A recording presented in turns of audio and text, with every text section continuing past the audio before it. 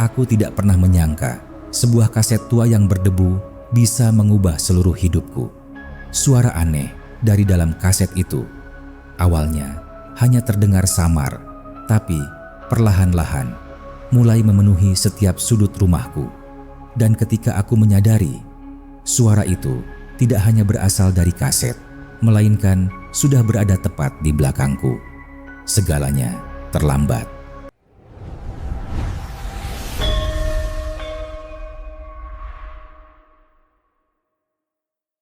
Kaset yang terlupakan. Hari itu aku kembali ke rumah joglo tua peninggalan kakekku di Yogyakarta, sebuah rumah kayu yang sudah lama ditinggalkan. Saat aku membuka lemari kayu berdebu di sudut ruangan, tanganku menemukan sebuah kaset lawas berlabel kusam dengan angka samar 1997. Aku menatap kaset itu lama, merasakan hawa dingin merayap dari benda kecil itu, seolah menyimpan sesuatu yang ingin keluar. Malamnya, aku memutuskan untuk memutar kaset itu dengan tape recorder tua yang masih tersimpan di ruang tengah. Ketika tombol play ditekan, terdengar suara statis yang panjang, seperti radio rusak, lalu disusul gumaman samar seorang perempuan. Aku menahan napas, mencoba mendengarkan jelas. Tapi, tiba-tiba, suara itu berhenti, meninggalkan keheningan pekat yang menekan dada. Lalu, dari dalam kaset terdengar 3 ketukan. Dan saat itu juga, suara ketukan yang sama terdengar dari dinding rumah di sebelahku. Malam pertama. Malam itu aku berusaha tidur di kamar kecil rumah joglo, tapi suara dari kaset masih terngiang di kepalaku.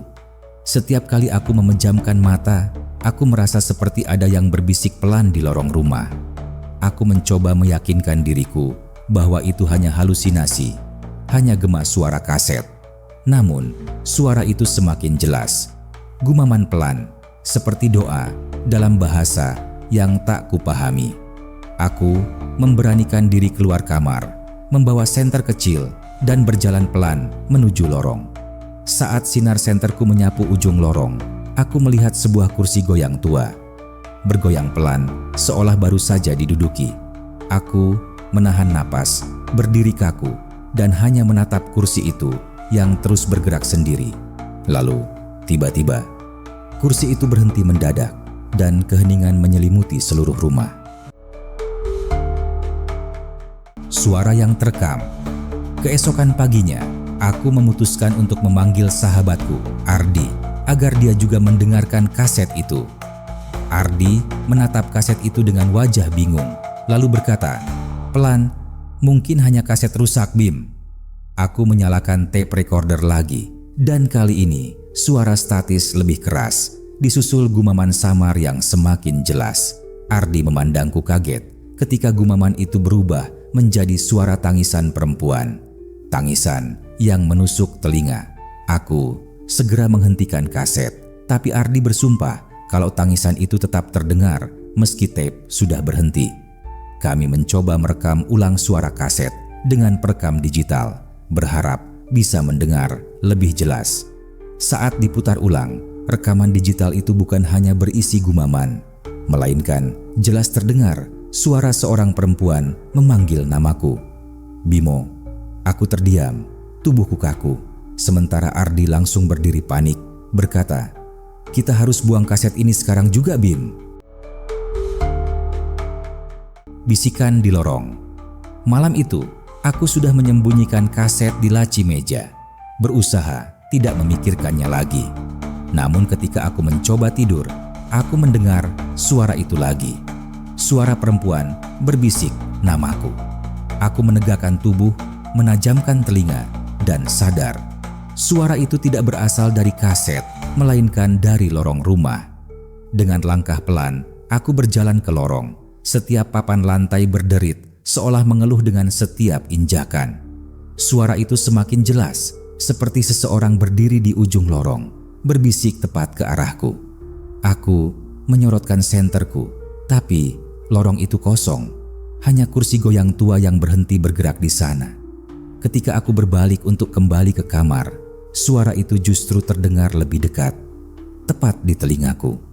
Aku menjatuhkan senterku ke lantai, sinarnya terombang-ambing, dan aku hanya berdiri membeku, dikelilingi keheningan yang mencekik. Tangisan di balik rekaman. Malam itu, Ardi memutuskan untuk menemaniku karena aku menceritakan tentang bisikan yang terdengar meski kaset tidak diputar. Kami duduk di ruang tengah dengan satu lilin kecil. Suasana hening hanya diisi suara serangga malam dari luar jendela. Aku mengambil kaset dari laci, meletakkannya di atas meja, tapi belum sempat diputar. Suara tangisan perempuan terdengar jelas dari arah kaset. Ardi terbelalak, memandangku dengan wajah pucat. "Bim, kasetnya bahkan belum kita hidupkan." Aku mencoba berani menyalakan tape recorder, dan kali ini suara tangisan berubah menjadi bisikan lirih. "Kembalikan aku." Ardi menutup telinganya, tubuhnya bergetar, sementara aku justru makin terpaku, merasa bisikan itu ditujukan hanya kepadaku. Tiba-tiba, dari luar jendela terdengar ketukan keras, seolah seseorang mencoba masuk ke dalam rumah. Kami berdua saling berpandangan, jantung berdegup kencang. Karena suara tangisan itu masih berlanjut, meski tape recorder telah aku cabut dari listrik. Suara dari segala arah. Malam semakin larut, dan kami berdua mencoba tidur di ruang tengah. Kaset masih tergeletak di atas meja. Namun baru saja aku memejamkan mata, suara langkah kaki terdengar dari arah dapur yang gelap. Ardi langsung duduk, wajahnya pucat. "Bim, ada orang di sana?" Aku menyalakan senter, menyorot ke dapur, tapi ruangan itu kosong. Hanya alat masak tua berkarat yang menggantung. Tiba-tiba, suara tangisan terdengar lagi. Kali ini dari loteng rumah, lebih keras dan lebih dekat. Kami menatap ke atas, dan jelas terdengar langkah kaki kecil berlari di atas kepala kami. Ardi menutup mulutnya, menahan teriakan, sementara aku berdiri kaku dengan senter mengarah ke langit-langit. Lalu, di tengah ketegangan itu, tape recorder menyala sendiri. Kaset berputar, dan suara perempuan berbisik, "Aku ada di atas kalian." Rahasia tersembunyi. Pagi harinya, setelah malam yang panjang, aku dan Ardi memutuskan untuk mencari tahu siapa pemilik asli kaset itu. Kami membuka kembali lemari tua tempat aku menemukannya, berharap ada sesuatu yang bisa menjadi petunjuk. Di balik tumpukan kertas berdebu, aku menemukan sebuah buku catatan tipis dengan tulisan tangan yang nyaris pudar. Tulisan di dalamnya menceritakan seorang perempuan bernama Ratna yang pernah tinggal di rumah ini pada tahun 1997. Catatan terakhir berhenti mendadak dengan kalimat, "Suara itu terus mengikutiku. Aku tidak bisa keluar." Ardi menelan ludah, berbisik, "Jangan-jangan suara di kaset itu suara Ratna sendiri." Aku memandangi kaset itu lagi, kini dengan rasa takut bercampur penasaran. Seolah benda kecil ini menyimpan roh yang terjebak. Dan tiba-tiba, tanpa ada yang menyentuh, tape recorder bergeser sendiri di atas meja. Seperti ada tangan tak terlihat yang mendorongnya mendekat ke arahku. Kaset yang tak bisa dihancurkan. Dengan tangan gemetar, Ardi mengambil kaset itu dan berteriak, "Kita hancurkan saja, Bim." Dia melemparkan kaset itu ke lantai keras, tapi anehnya kaset itu tidak retak sedikit pun. Aku ikut panik, mengambil palu karatan dari gudang dan menghantamkan berkali-kali. Hasilnya sama, kaset itu tetap utuh. Justru setelah palu terakhir menghantam, terdengar suara perempuan menjerit panjang dari dalam kaset. Jeritan itu membuat lilin padam seketika. Ruangan tenggelam dalam gelap, hanya tersisa suara tangisan dari segala arah. Ardi menyalakan senter dengan panik. Sinarnya langsung menyorot ke dinding, memperlihatkan bekas tangan berdarah menempel di kayu.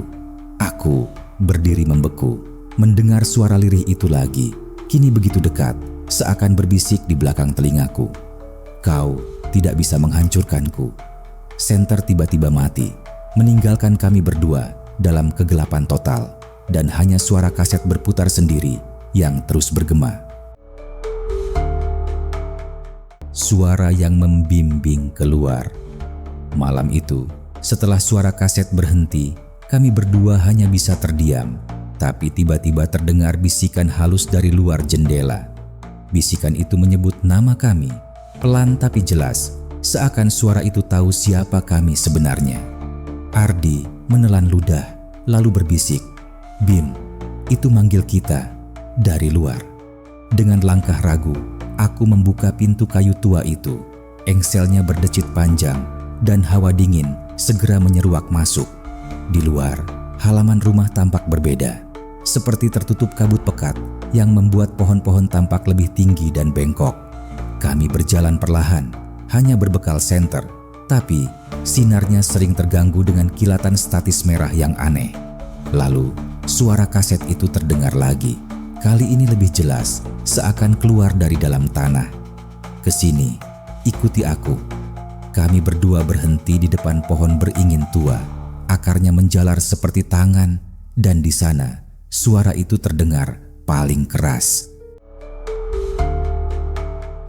Rahasia di bawah beringin. Di bawah pohon beringin tua itu, kabut pekat berputar seperti hidup, menutupi akar-akarnya yang seperti tangan menjerat tanah.